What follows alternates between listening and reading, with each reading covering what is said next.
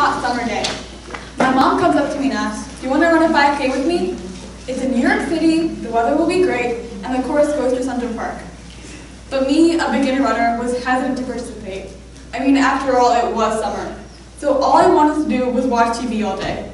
But all my friends were on vacation, so I thought that I might as well go. So weeks later, the day finally arrives. My mom and I, all dressed in pink, are ready for the occasion. I mean, yeah, okay, it was a little bit hotter than I expected, but I was already there, so I thought that I might as well run. So as my mom and I are walking towards the starting line, something catches my eye. I see this VIP section, and I asked my mom, why aren't we a part of that? The VIP section had free seating and free breakfast. I mean, that sounded good to me. But my mom tells me that the breast cancer survivors are actually part of the VIP section. So we stand there for a while to see what's going on, and as we stand there, I see that one by one, survivors and patients of breast cancer came up to a podium, and they shared their stories.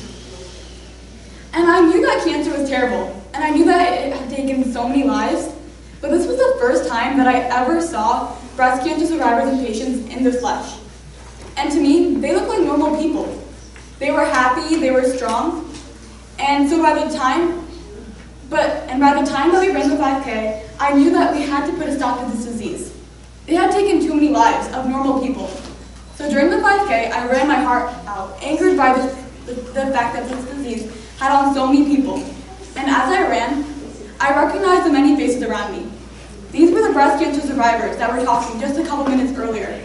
And it made me realize that breast cancer does not have to be a bad thing. We can put an end to this. So after the 5K, I was intrigued by this disease, and I knew I wanted to help stop it.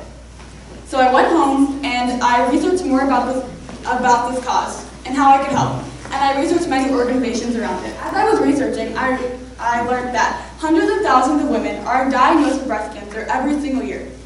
And 2017 alone is predicted to bring 206,620 new cases of invasive breast cancer. That's a lot of cases, and I know that together we can put an end to this. And I know that all of you have probably heard what breast cancer is. But what really is breast cancer? And how do people know if they have it? Cancer, in a broad term, is when abnormal cells invade healthy cells in the body. Or it can also be when cell growth goes wrong and older undamaged cells stay in the body. So this mass of tissue is called a lump, growth, or tumor. And this is what cancer is. So for cancer, early detection is key. And I recommend getting a breast clinical exam every 3 years. So there are also many ways that you can check if you have breast cancer. The pamphlets right over there on that table go through thorough steps to show you how you can self-detect if you find anything that's abnormal. And I know what the men in the room are probably thinking. I don't have to worry about the disease at all. But contrary to popular belief, men can get breast cancer, and they can get mammograms. And I know with all of our busy daily lives, it's easy to disregard our health. I know that I go to school every day, and I know all the adults here go to work every single day, and they have to take care of your children. But we need to make health a priority. Because the earlier you detect this disease, the better chance for survival. And I cannot stress how important this is. Now, it's important to note that breast cancer is not contagious at all, but there are risk factors. So risk factors mean that you have a better chance of getting a disease. So for breast cancer in particular, having a family history of someone having breast cancer can increase your risk for having it too. And also, if you drink a lot, that can also increase your risk too. But you have to remember that risk factors do not guarantee one's chance of getting the disease. Now, remember that 5K that I was talking about earlier? That was actually an event from the organization Susan G. Komen. Their overall mission is to help end breast cancer forever. So Susan Goodman Komen, the namesake of this organization, found out that she had breast cancer at the age of 33 years old, and she lost her battle at the age of 36. Her sister, Nancy Goodman Brinker, knew that if more people knew about breast cancer, and if more patients of breast cancer knew about this disease, they could have survived. So she promised her sister something. She said that if she promised her sister that she would help try to end breast cancer forever. So in 1982, she started the Susan G. Komen organization to help end breast cancer forever. So like I said before, their overall mission is to end breast cancer forever and fund research for energizing science to find the cure. So they focus on three things. First, they educate. They educate communities all around the world to show them how important early detection is. Remember what I said earlier. Early detection is so important, and if you find out about the disease earlier, the better chance for survival. And not only that, they also focus on teaching people about healthy lifestyles.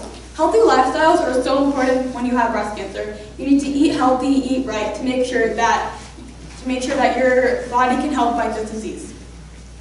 And next, they advocate. They advocate public policy to make sure that men and women get the best health care provided. And finally, they raise funds. They raise funds for this organization to make sure that people are getting the funds that they need. So for example, they focus on transportation services, mobile mammography, free screening, and also childcare for breast cancer patients. And all of these things really show how important Susan G. Komen is and how much they want to help fight this cause. So whether you're a runner or not, I encourage all of you to sign up for a 5K by Susan G. Komen to get a really huge insight of what they support. Now, how can you support this cause in general? So there are also three ways that you can help. So first, you can act. You can act by making an appointment to the doctor's office and making sure if you have breast cancer or not, and follow the instructions that I gave before. This can help decrease so many breast cancer deaths in the future. Next, you can get involved. You can get involved by volunteering for the 5K that I went to, or you can get involved by participating in events about breast cancer. And finally, you can donate. You can donate by going to the website www.5.komen.org to see more about how you can donate and for more information about volunteer opportunities.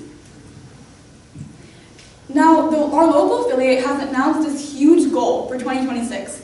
They wanted to decrease breast cancer deaths by 50%. That's huge, and I know that we cannot do this alone. We need to reach out and help support this cause and organization as much as we can. I urge all of you to make your health a priority so we can help fight this cause forever. Thank you.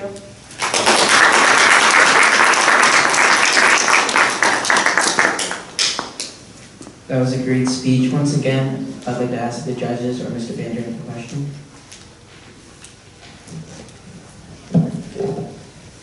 Thank you. How old should you start checking for breast cancer? Around the ages of 20 and older. So I would recommend that around the ages of 20 to 40 years old, you get an official exam by going to the doctor's office every 3 years. And once you're older than 40, every single year is really important.